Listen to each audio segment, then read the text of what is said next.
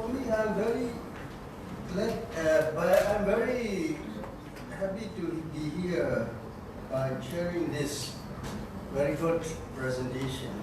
And this is very meaningful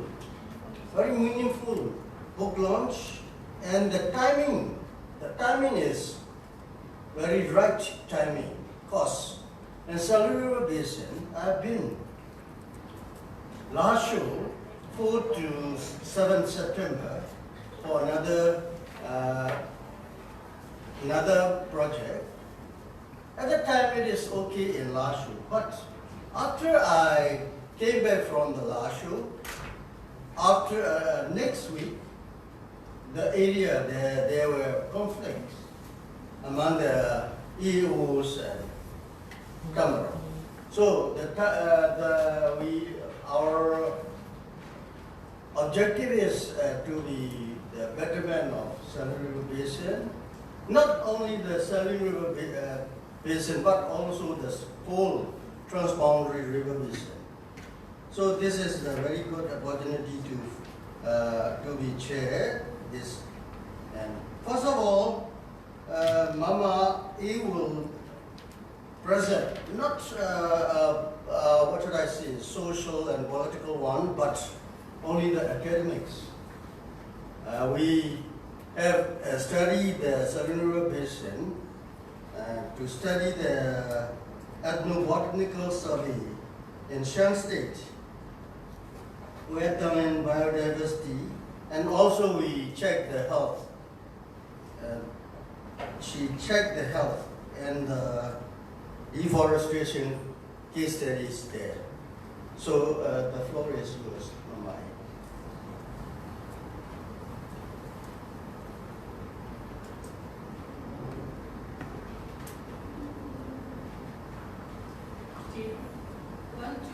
I would like to present an ethnobotanical survey in Shan State, especially northern Shan State in Myanmar, where plant diversity, coal and deforestation.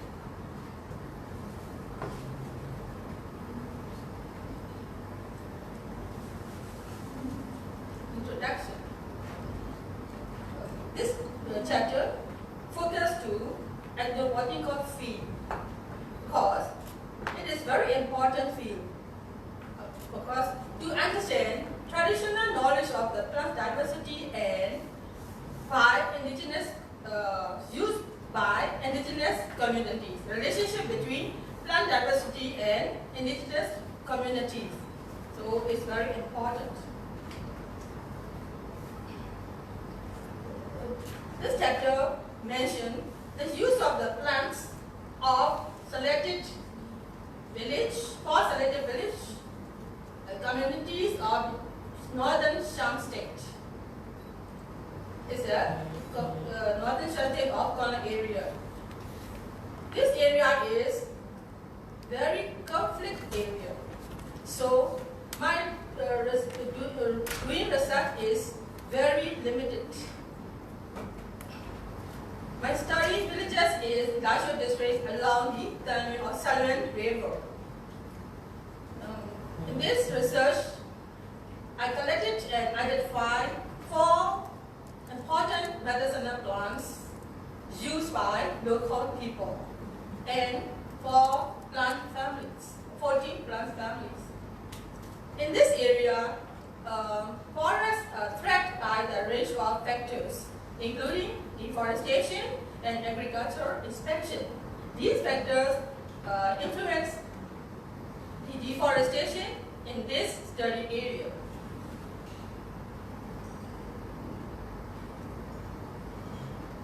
This is my study area. I choose 4 selected villages along the Southern River. They are Tongchat, Wasso, Ongchong, and Yelechong, 4 villages. Tongchat and Yelechong is situated back of the river, and the remaining 2 are situated on the mountain area, mountain area. Especially Wesel and Ondo is very conflict area. It is influenced by Kachin group. It's very dangerous and very dangerous for us to reach the mountain and conflict area. So very difficult to do research. This is the four selected villages of Monastery area. Yelejon, Dongjia and Wesel and Ondo. Yelejon is situated bank of the Danube River and household 36 household and about 200 population. It is home of Shan ethnic group. Another village is Dongjia village is the bank of the Danube River and household is 170 household and about 1288 population. Kogan and Shan ethnic group is this is the home of Kogan and Shan ethnic group. Next, Wesel and Ondo. These are situated top of the mountain. In Wesel, 41 household and about 214 population and home of Kachin ethnics. This area or these villages influenced by Kachin group. And last one is Ondo. Ondo is the situated top of the mountain and 35 household and about 200 population. Kachin and home of Kachin and Lahu people. The study site this research were located in Lashio district of northern Shan state. Lashio district is positioned along the Salmon River. This area is very diverse ethnic group and include Shan, Kogan, Wa, Lahu, and Kachin residents. This area, because of conflict area, so doing research is very, very limited. But I do the best what I can. It's very dangerous for us. The study site of this research was Konglong Township and 4 villages selected was Yelejon, Dongjia, and Ondo, Wesel. Method. I used both qualitative and quantitative data are used. The focus group compared the use of herbal medicine versus modern medicine, compared with herbal medicine and modern medicine. How to use, local people, how to use herbal medicine or modern medicine. It's compared, and my research compared this. This is my key questions, research key questions. How to treat your illness, herbal or modern medicines. Another one is what plant species are used for various elementary diseases. How to collect herbal medicine plants cultivated or wild. How do you collect medicinal plants? And then last one is collected plant species. What are local names of plant collected species? Shan or Kogan or Kachin. During my interview in Yelejon, interviews are 8 male and 12 female, totally 20 persons. And Dongjia, 4 male in Dongjia, during my interviews are 4 male and 15 female, totally 20 persons. And Wesel also 20 persons, and in Ondo and 20 persons only.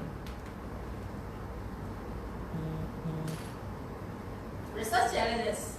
During research period, 2 challenges I can transportation, because as I told you, it's a conflict area, and mountain area is the roads are very slippery and very dangerous because it's a high mountain area, about 3,000, more than 3,000 feet, at least more than 3,000 feet high. The study site is mountain area, such as especially Bongzhou and Westshore. It's difficult to reach. It is one of the challenges of transportation. Another one is in the summer, they can only reach by car or motorbike, especially by motorbike. Throughout the rainy season, the roads are slippery and very dangerous and also conflict area. Another one is language barrier, because local people speak their dialects, their local languages and their dialects. So they do not understand my questions. So it's a very language barrier for me. But motorbike, taxi drivers, car drivers, and local working students who attend in National University help me to solve the language barriers. It's okay.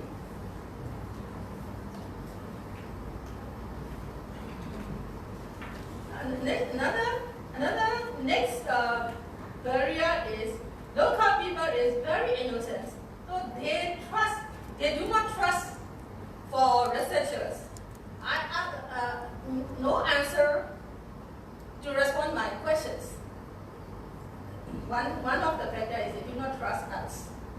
They respect their village leaders. So village leaders have us to solve language barrier. And this is the role of herbalist. Herbalist is very popular in my research area because across these 4 villages, herbalists are highly respected for the important role. They trust herbalists, they trust village leaders. They do not trust for researchers, researchers. They play in the collections, the herbalists play in the collections and applications of medical arts. The physical and economic limitation of the villagers made it difficult to buy modern medicines because of socio-economic status and transportation. So they do not reach difficult to buy modern medicines. So they use herbal medicine and they trust herbalists. And they access public health service. They do not access public health care service, and which are only located in Kolong City. One public hospital is located in only Kolong City, not in the village.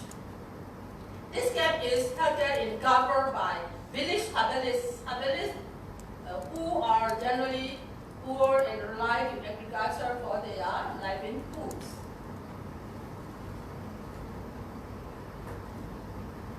In my research, most herbalists have no formal education, but what experience they have, what experience and knowledge has been passed from their elders. Only one herbalist, Reconciling, is a very popular herbalist in Bongzhou village.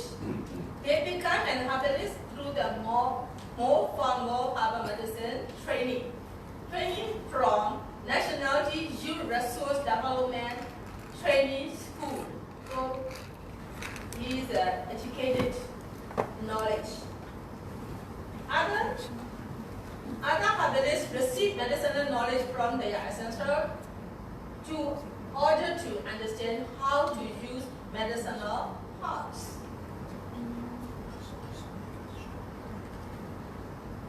is the factors of harmful medicine deforestation. The main threats are of deforestation.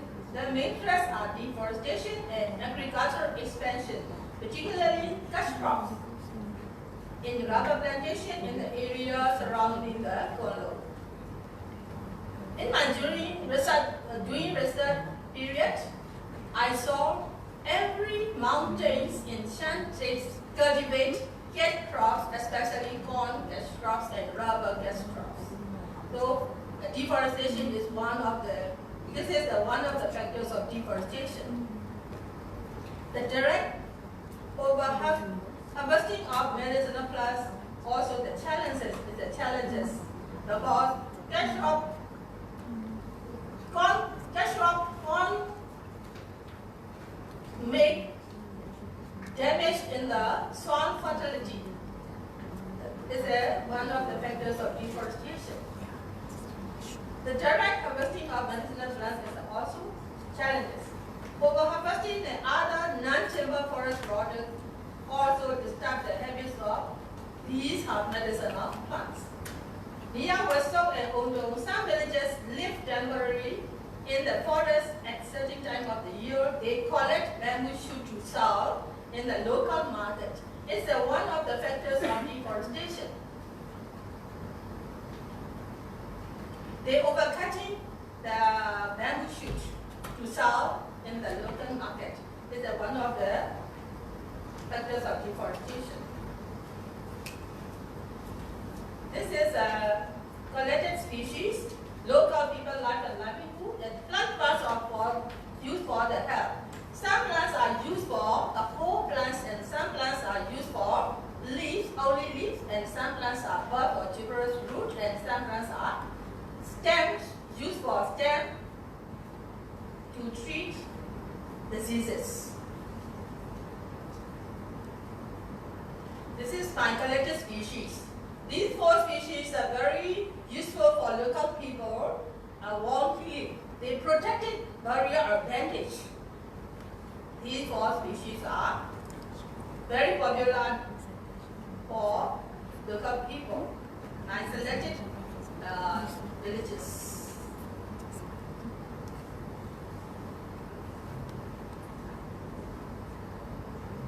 These plants used for using high blood temperature. Especially they use these plants are used for tonic. Dendrobium effluent is very useful for tonic.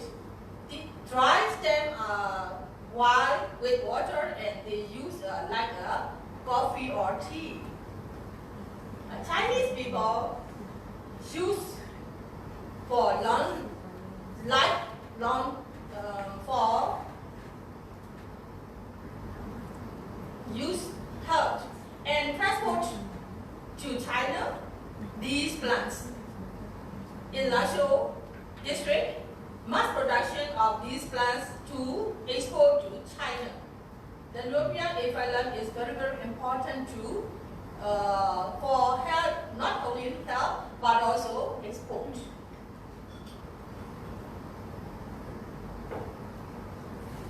These 3 species are gastrointestinal tract problem.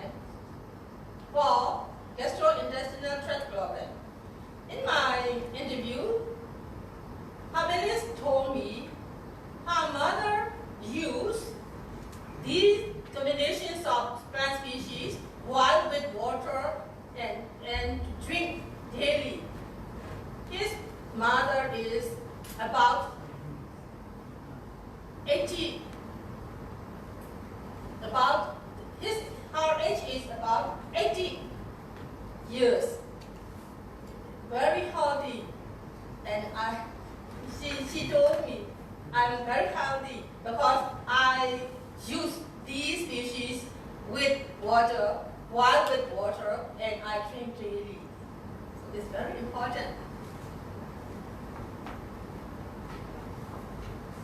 These are used for bone fracture, especially used more herbalists and more local people use for bone fracture in Shan State. It's the base of these plants and covered with bone fracture. They use, especially used for Kogan ethnic group. These are used for diuretic disease. Boiling with water of these plants used for diuretic.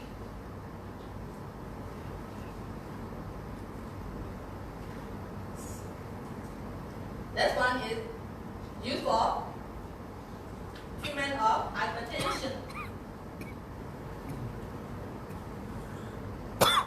This plant is like a tree species. It's used for dysentery.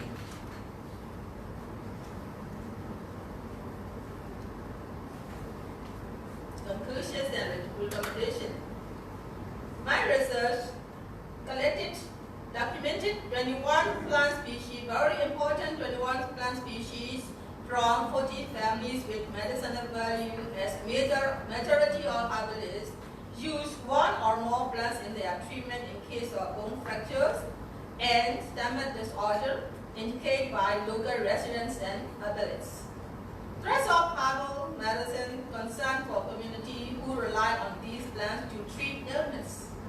Agricultural expansion for cashews like corn, sugar, and rubber plantation and logic for pure wood is threatening medicinal plants.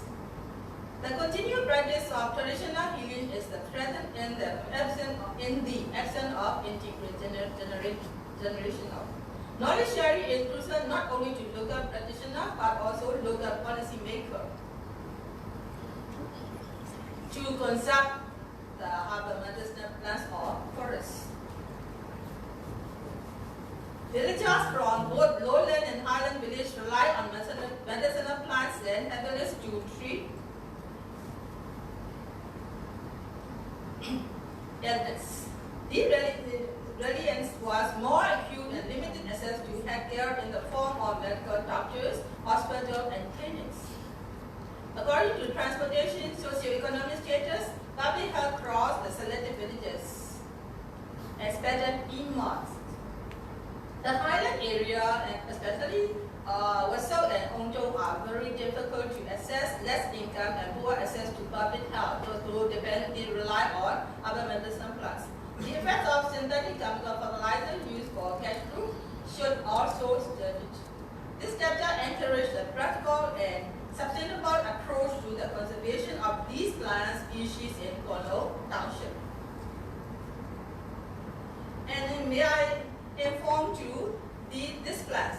It is very important to Shan State, but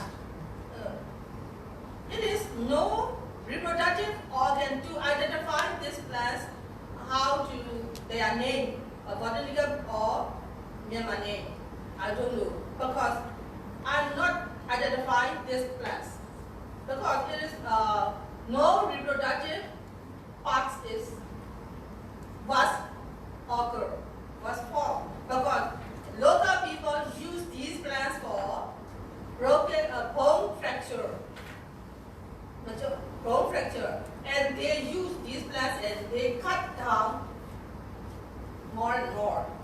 Therefore, these plants will be declined soon, and I cannot identify at my point of view because I have no flowers, no fruits, no inflorescence, and no plant pots.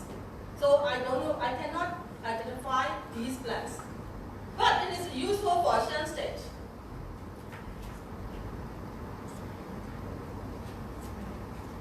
Therefore,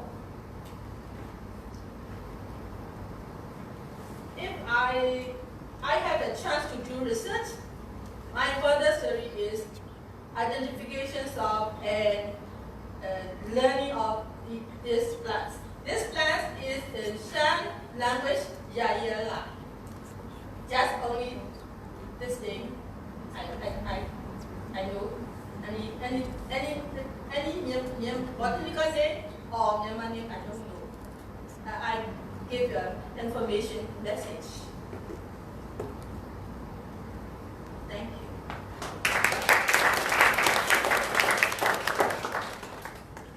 Thank you very much, Mamai.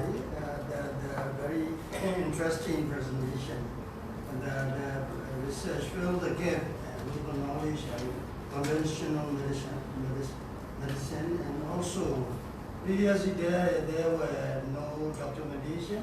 Now we start document from those medicinal plants from very remote area, and we have learned a lot from your presentation, the role of herbalists and significance and context of the herbal medicine in those remote areas. Thank you. And the next speaker, presenter,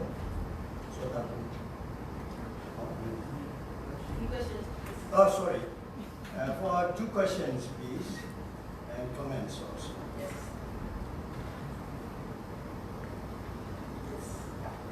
Thank you so much for your presentation. I'm actually very enthusiastic about botany and ethnobotanic studies myself, because I'm an environmental biologist. So my question is, you were talking about the herbalists in those local areas. Have you considered a way in which they can be empowered economically, maybe by formalizing their services, such as linking them with the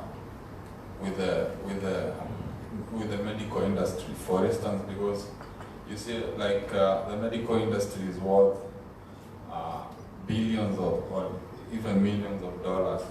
Maybe you can find ways in which they can be formalized so that they can be able also to reap their benefits, not just sell at the local level. Have you considered something like that?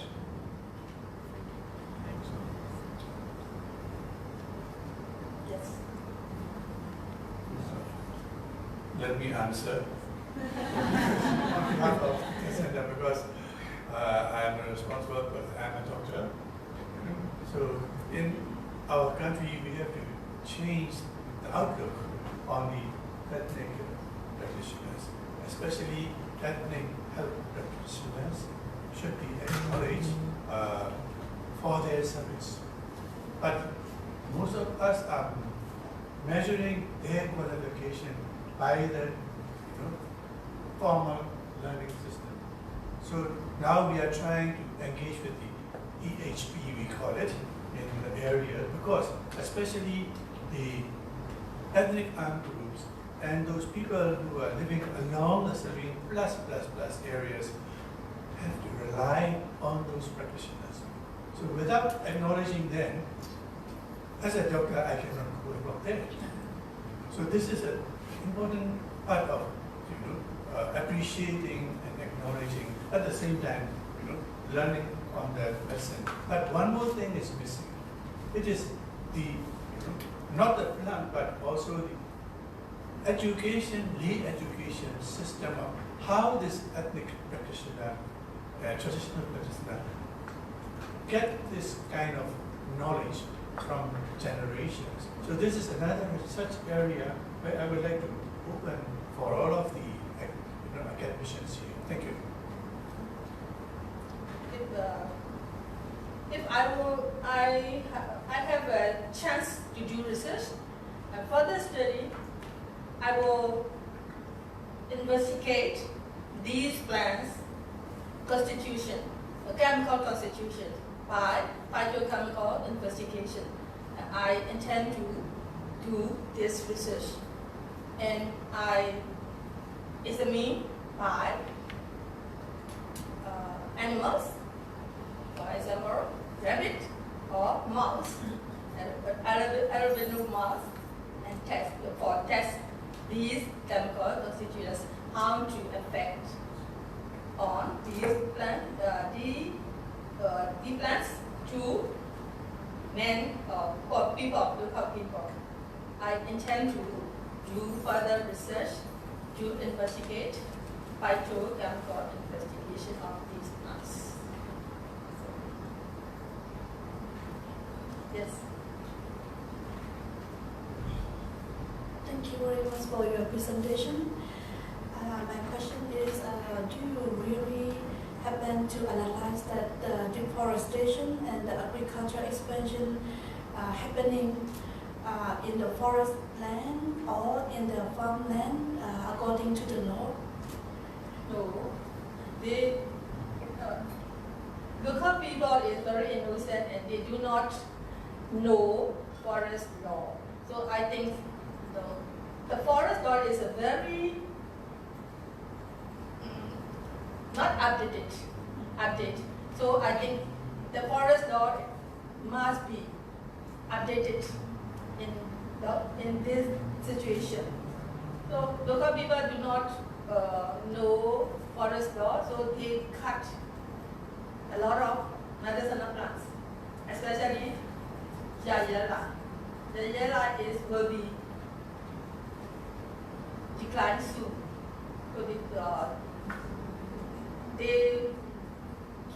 do not trust, I think so. This is my own thinking. They do not trust to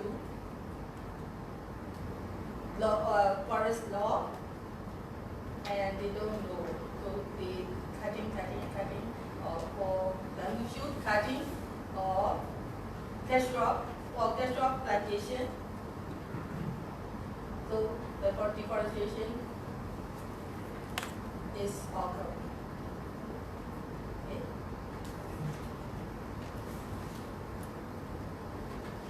Okay, last question. Okay, I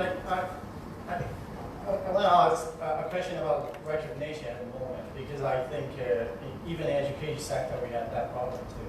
So is there any government initiative or any government position that you have observed, in terms of recognizing those practitioners, because we have a very big issue, especially with the ethical lens. Answer? Yes. So my friends are doing this program in one state and other engaging the ethnic health practitioners now.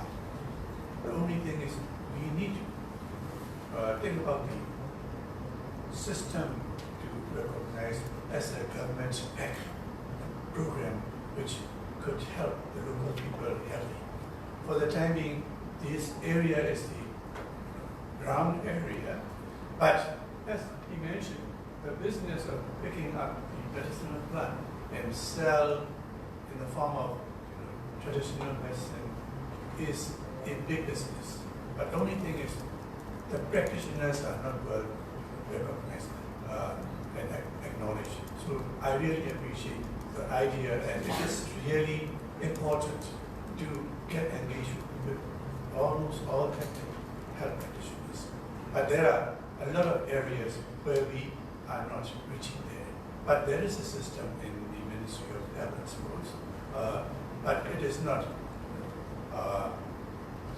well known in the country and was not well supported. But we have a group of health personnel doing something. Thank you, sir. We have to move to another presenter. So, Papu, please.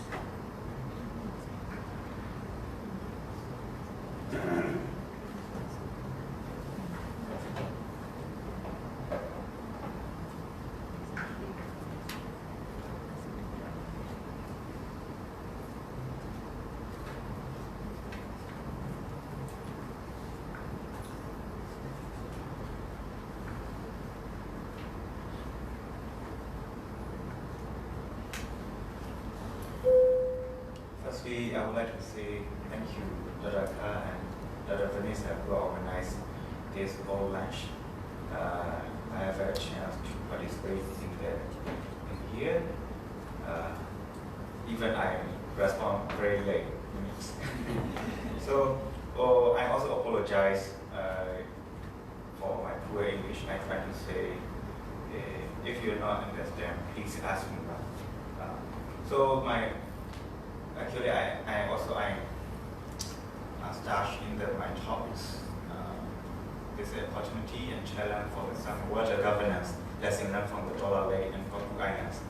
Unfortunately, I tried to find some of the picture about the Koku Islands, but I have not much time to come here. I have not prepared yet. That's why I want to more mention about the Dollar Lake. But it is similar situations.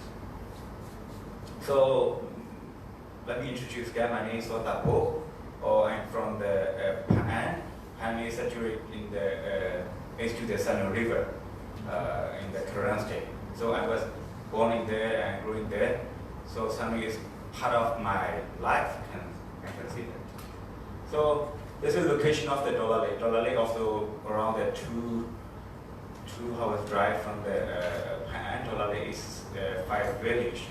So this is a wetland area, 5 village all cooperative. The lake is in the middle and they using for their livelihood, the fishing multi-purpose, they using this lake and water resource. And also very yearly season flooding in there, and so water flowing part of the in the northern to the southern. So people they have, or we are trying to understand about that, how the people manage their water and ecosystem that area. So this is part of the Dollar Lake. So firstly, we want to understand about what is the value of the local people concern on the lake. So for local people, the value is a lake not measured so the economic product.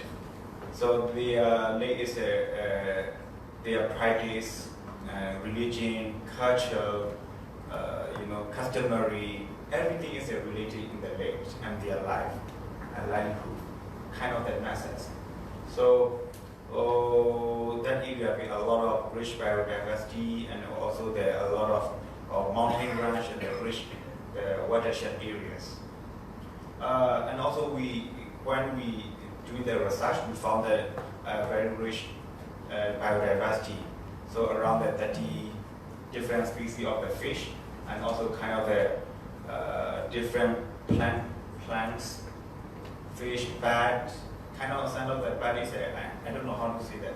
This is flying from the summertime in the migrate birds, and the kind of the different kind of snakes and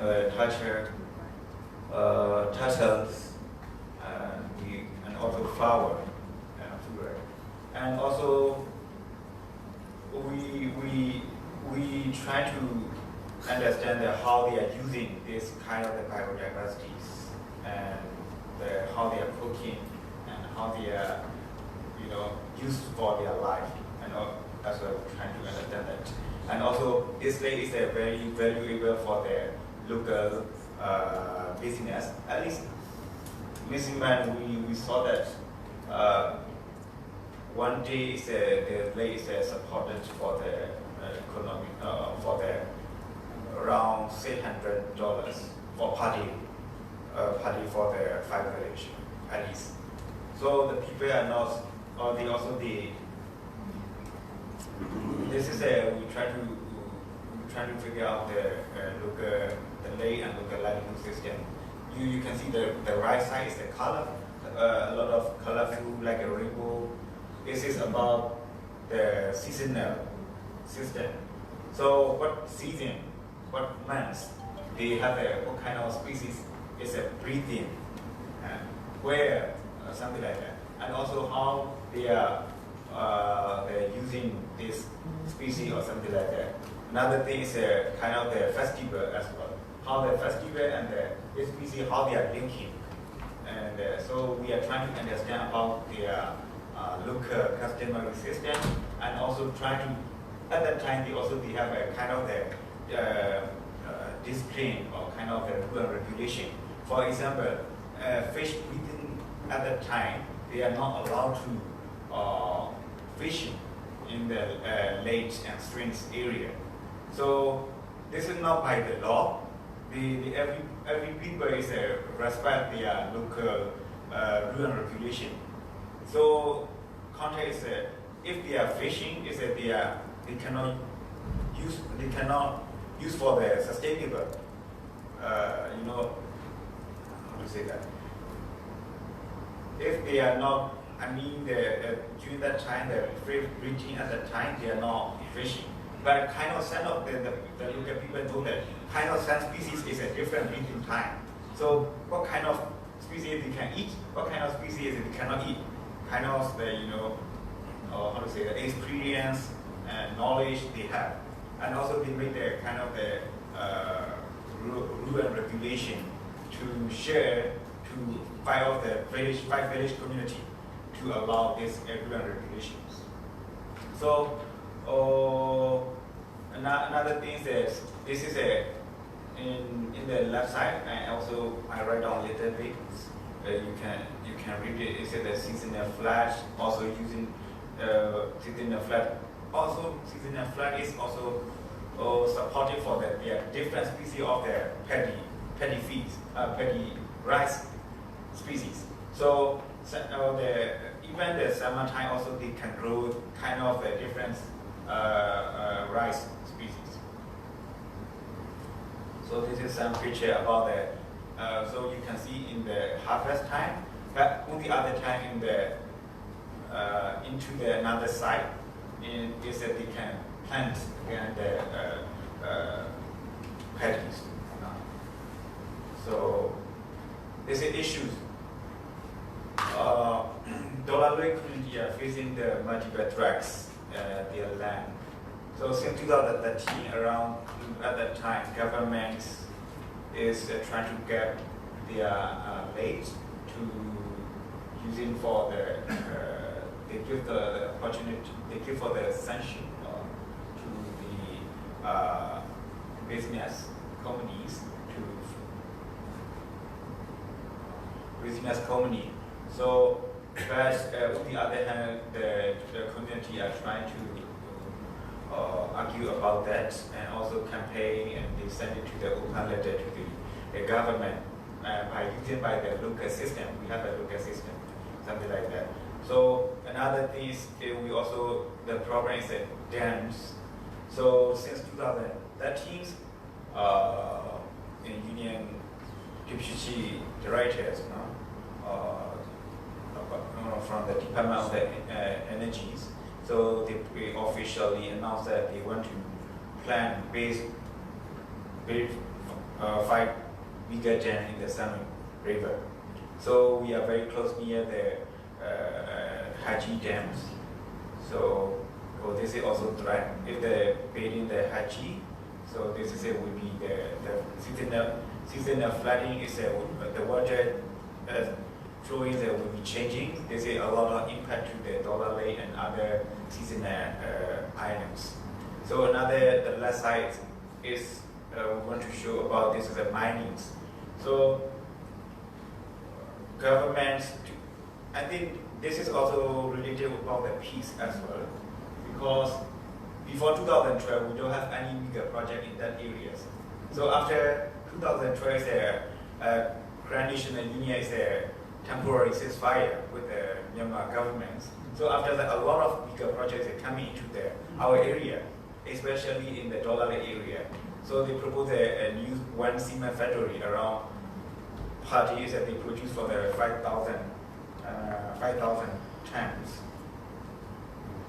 So 5,000 tons. So they try to apply the land and the kind of the factory area, and that's why the community argued about this project. So that's why the project is a delay, not suspended yet. So now the government changed the new policies about the everywhere in Myanmar is a new land.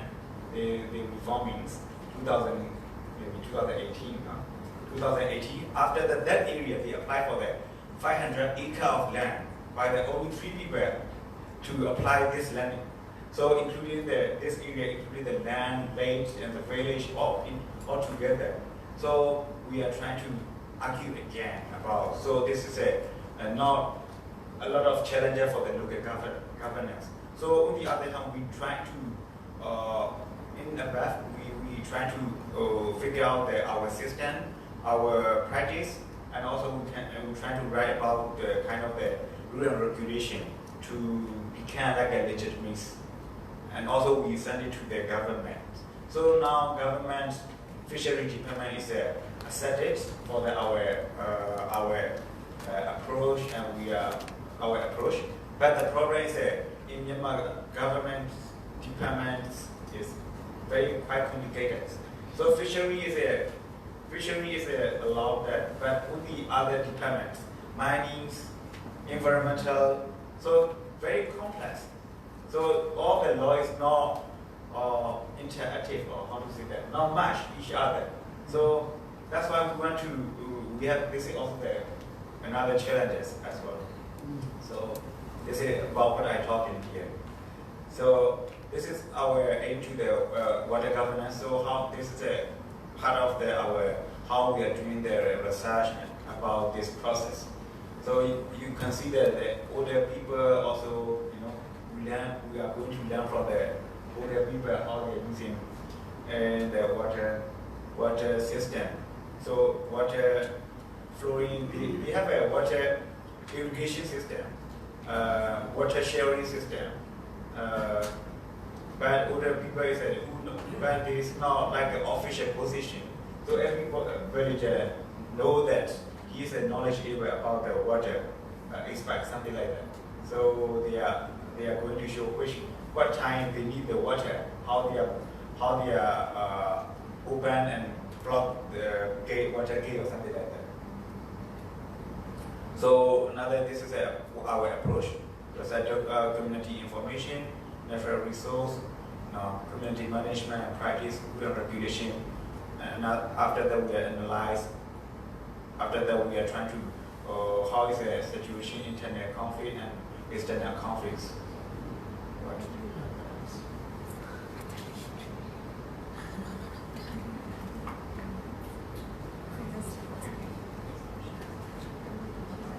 Okay, so we are in the process. Firstly, we are trying to, and we have a lot of meetings.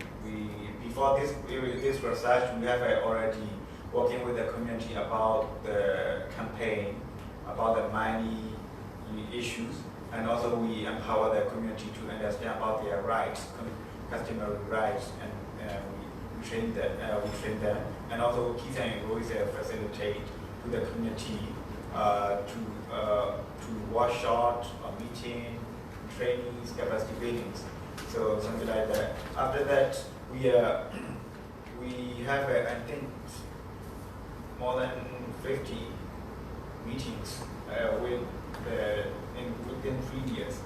Within 3 years, we meeting with every women, youth, fishermen, and the farmer. So who are the different working? We have a separate how do you say that? The separate focus group discussion, and also we try to learn from that, learn from them. So I'm going to show you some picture, but the projector is not working. It's fine.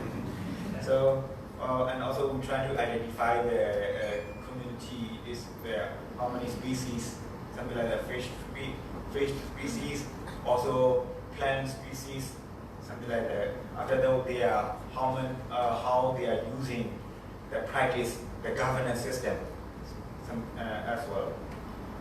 So after finish that, we try to write the rule and regulation kind of the report, and also we are going to advocacy and lobby to the state level government to understand.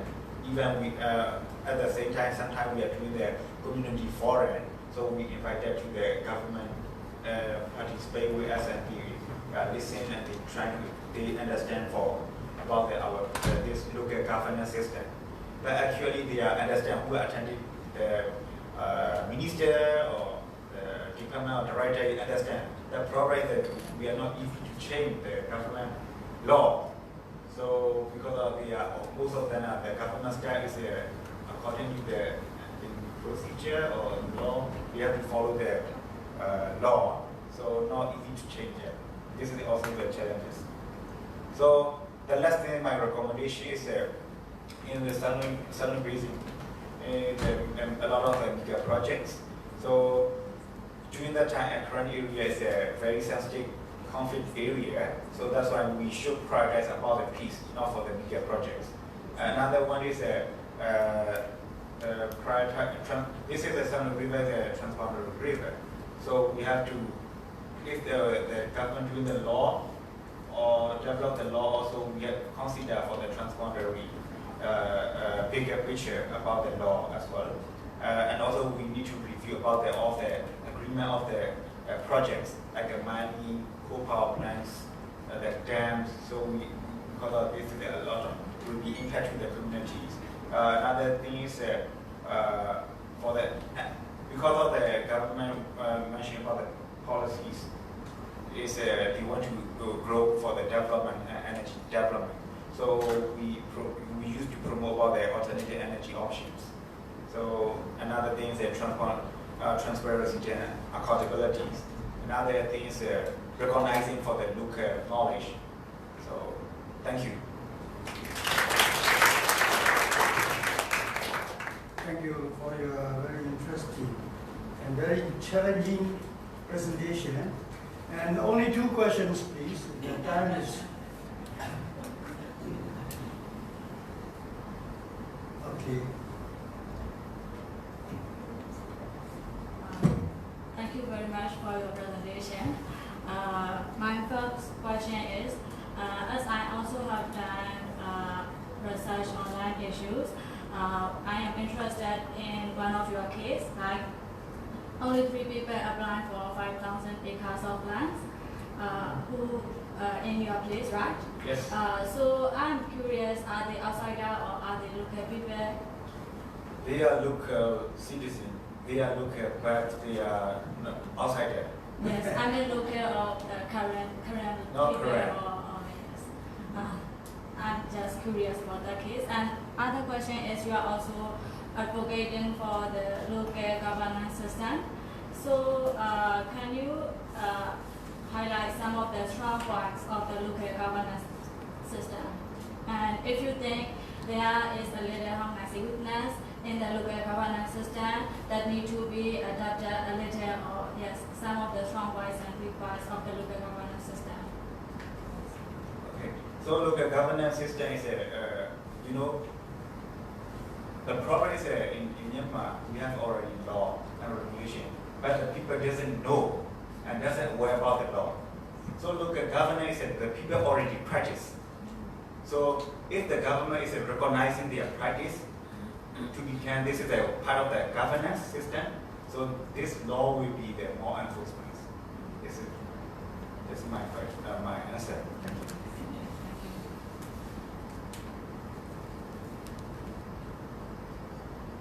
No more questions. So may I invite Agong for next presentation.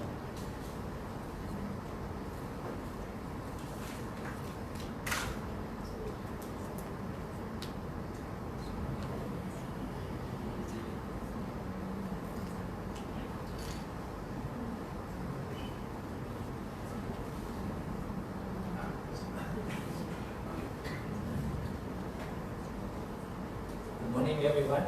My name is Paiboon. I'm from Chiang Mai University. This presentation is a part of my information from my thesis, that is long time ago, around almost 10 years. The title is not only anti-dam, simplicity, rendering of complex surrounding communities in the negotiation for development in Thailand. But I start with this picture download from website. So how Sarawin anti-dam Sarawin movement come up with this point. Right? So when we're talking about something can sell or buy in the market, that is kind of a commodity, right? And now Sarawin transformed to be kind of commodities. that through the energy, right? And energy can sold and sell in can bought and sell in and sold in energy market, and also now they have expand trying to make a kind of ASEAN regional grid that can sell electricity all countries, all regions. So for this moment, I think knowledge production is a politic. Why is politic? Because it's if we have patient, right, whose knowledge, and knowledge also relate to power. As this picture, you can see Electric General Authority of Thailand, called ECAP, right? Already did many dams and coal power plant, right, in Thailand, and nowadays kind of export to in neighboring countries, Myanmar, Laos, right, and a lot of them already happened. So that is knowledge related to power, and knowledge that they use is kind of like engineering, and also economics, and also others. But we also try to present like local knowledge. So the knowledge of the local that can be power too. In my case, I discuss about Taiwan research or villagers research that local people in association with NGO, Pai already here, and also the farm here, they are involved that kind of local knowledge production, and they use that knowledge to show that we have knowledge and we have a good kind of good environment, good resources that should be protected, not should be destroyed. And also, Carl already mentioned about this morning about Blue River or Upper Sarawin River, right? A lot of them are planned to be built, and also downstream Sarawin River, that our friend already talking about anti dams and others too.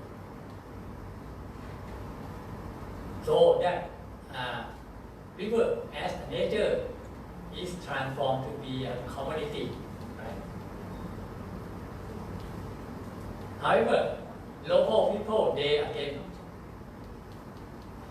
and anti-dam mobilization, right, emerged, right? Not only local, national, regional, and international, right? Rivers, international rivers, right, have done a lot of work to support or also provide information. So these two pictures I copied from internet to show if them, right? The left one is a Tasam Dam in Chan State, and the right one is Koichi Dam in Karen State. So a lot of villagers and a lot of village or communities will be flooded, and not only communities but also natural resource will be lost. Right?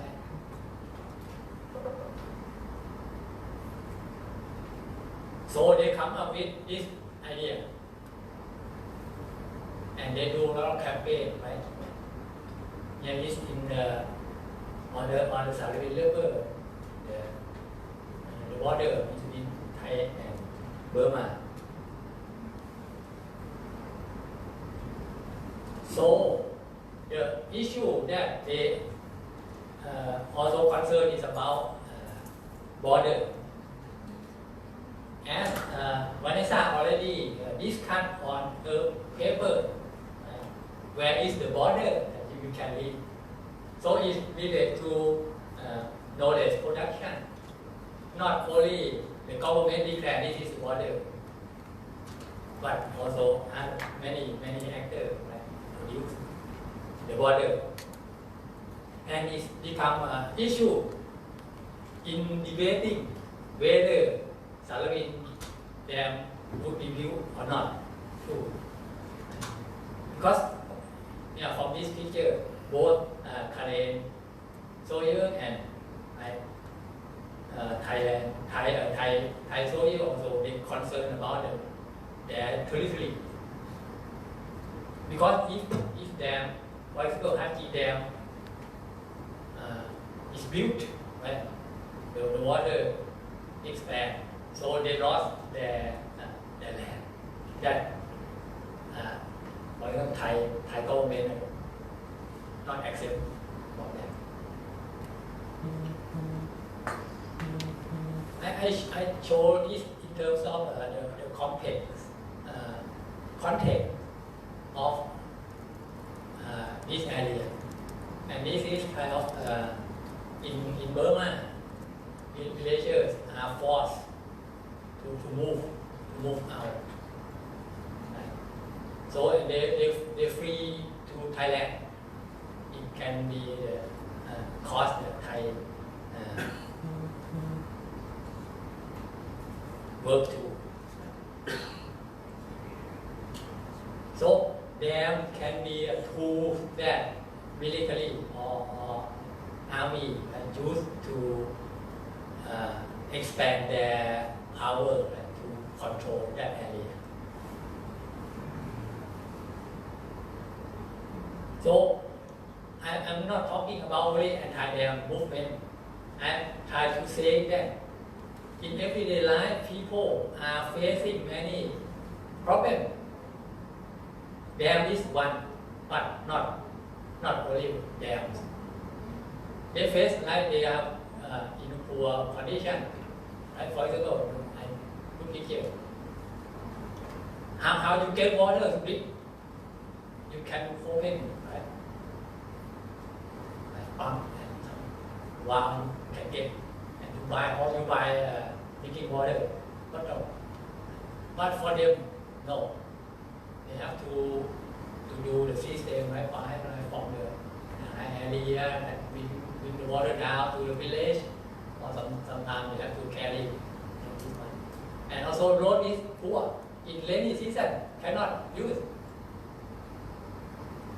which different from Bangkok. Right? And Bangkok have a lot of railway train, sky train, easy to go. Yeah. Very different. It's unequal, right? Happening in this area. If you compare. However, they are rich in terms of natural resource, land for agriculture, right? And as I show you this picture, they grow watermelon at the river bank. No fertilizer, no chemical. Which different here in Thailand, there is a news that high workers they meet doctor because their hand is hurt because they how is it called, inject sugar in watermelon, which but here is natural, very different. So you have choice. You have to eat this one, or you have to eat watermelon with sugar. So they have to negotiate with other even NGO, local NGO coming there, so they talk. And I found some interesting point that like we outsider, we try to encourage them, oh, you should you should anti-salary them because it's caused a lot of problems. Right? But in their view, their joy not only to an to against them, they also get access other, right? For example, citizenship. When they work with local NGO, so kind of alliance, local NGO also provide the process to get citizenship. Not only anti-them, but for the NGO who do campaign, right, anti-them, salary them campaign, so try to encourage them to participate. But different idea. Here, when they work with local people, local NGO, right, get money from Thai Telecom and work with them on citizenship, and they also join anti-them movement too. So it's kind of alliance project, work together, but different interest, different background. Local NGO so can stay there, can have a job to work to do, right? And they also can live there safely, right? And can get some social welfare. So and also military and all the government is, if no tension, no conflict, no incident, bad incident in this area, that's fine. It's kind of project that they have different interests in terms of collaboration and articulation together. And they happy when they get this fish, you see. Even they're poor in terms of money, but they rich in terms of natural resources. I don't know who can eat this fish. And I think they also not eat big fish. They sold in Massalia, for example, city, and they also get some money. And they eat the live one, small fish. Okay, this is my presentation. Thank you very much. Thank you very much, Baibon. You have already mentioned about anti-dams and between the developers and the communities. Very good presentation. So I'd like to invite questions, more than 2 questions. We have time, enough time. Thank you for your presentation, Ping. According to your presentation, you mentioned about military can use them as a tool to expand or to control their territory, right? Probably I may have different idea. According to the Thai Constitution, any project that harm to the territory of Thailand, it should be stopped, right? So from our point of view, we can use this message to stop the dam because the dam probably expand their reservoir and also can some territory can be emerged or can be submerged under the reservoir. So for my point of view, that we can use to stop the dam by this fact. But why you mentioned that the military can use the dam as a tool to expand the territory? Can you explain about it? Oh, thank you, Shani.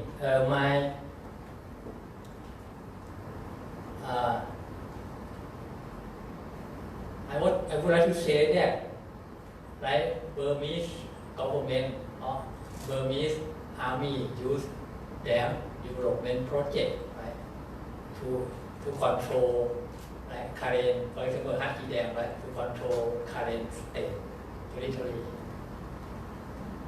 So they use kind of development, right? The definition of development, right? In this case, it's about like Haki Dam, right? So in the Haki Dam area is a conflict zone, right? There is a fighting between current armed group, right, and Burmese army. So how to control this area? In the past, Thailand, how they control the communist area, expand their power, right, to control. They make a road, make road into the forest. When road open, so military and soldier can go into that area. Similarly, when they declare to build a dam on the conflict zone, so they clear the area, right? So a lot of people have forced to relocate. That kind of power of state expand into the conflict area.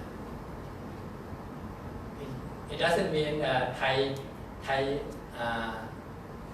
army try to control, try to expand, control it, because Thai soldier or Thai army already control on Thai side already, so no need to expand.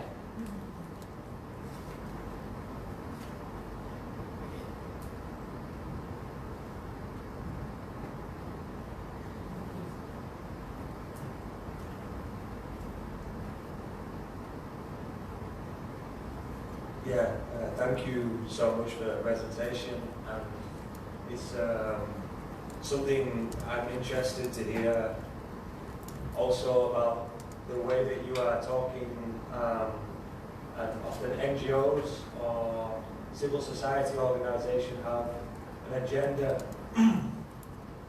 say to focus on hydropower or to focus on forest governance or land issues, but then sometimes we see this is driven by community concerns, sometimes it's driven by donor funding for what is the focus of the NGO work. So in your experience, have you seen local communities changing or how to say, like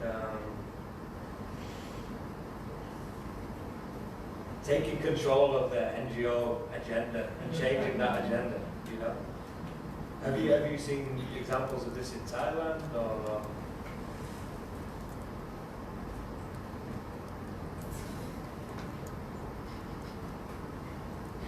I'm not sure, I cannot answer your question. But I think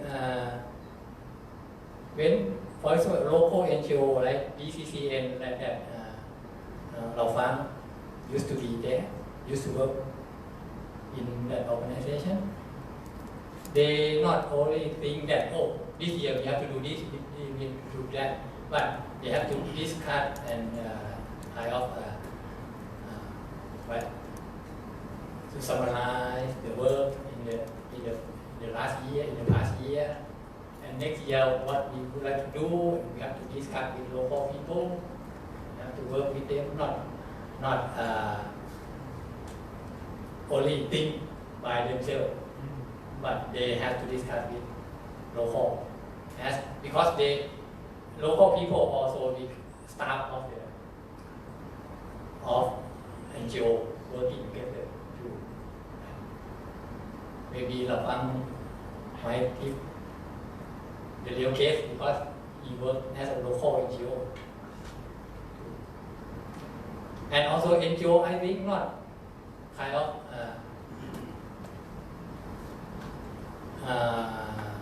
totally get even they concern that, for example, EGAT also have money as a CSR policy, right? They have to give money, support local, right? In this area too. So they debate whether we should get money support from EGAT to do development activity in conflict area in or not. So that is, I think, it's not naive. I think it's not naive. They also concerned about that too.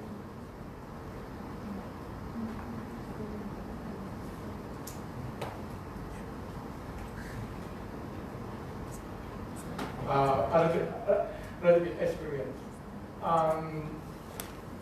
They have, but not directly to the effect areas. Like a few years ago, the diversion project. The government, they also go to the village around the effect area, not the effect community, but outside. So they provide the project to build some more work to the local community, like plantation of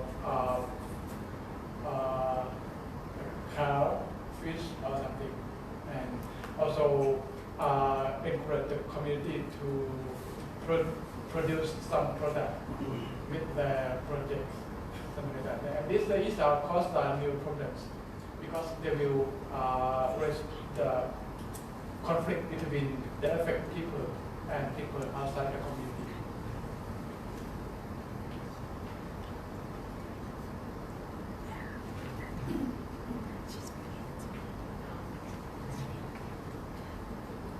Okay, thank you very much, Baigon, for a very interesting presentation, and let's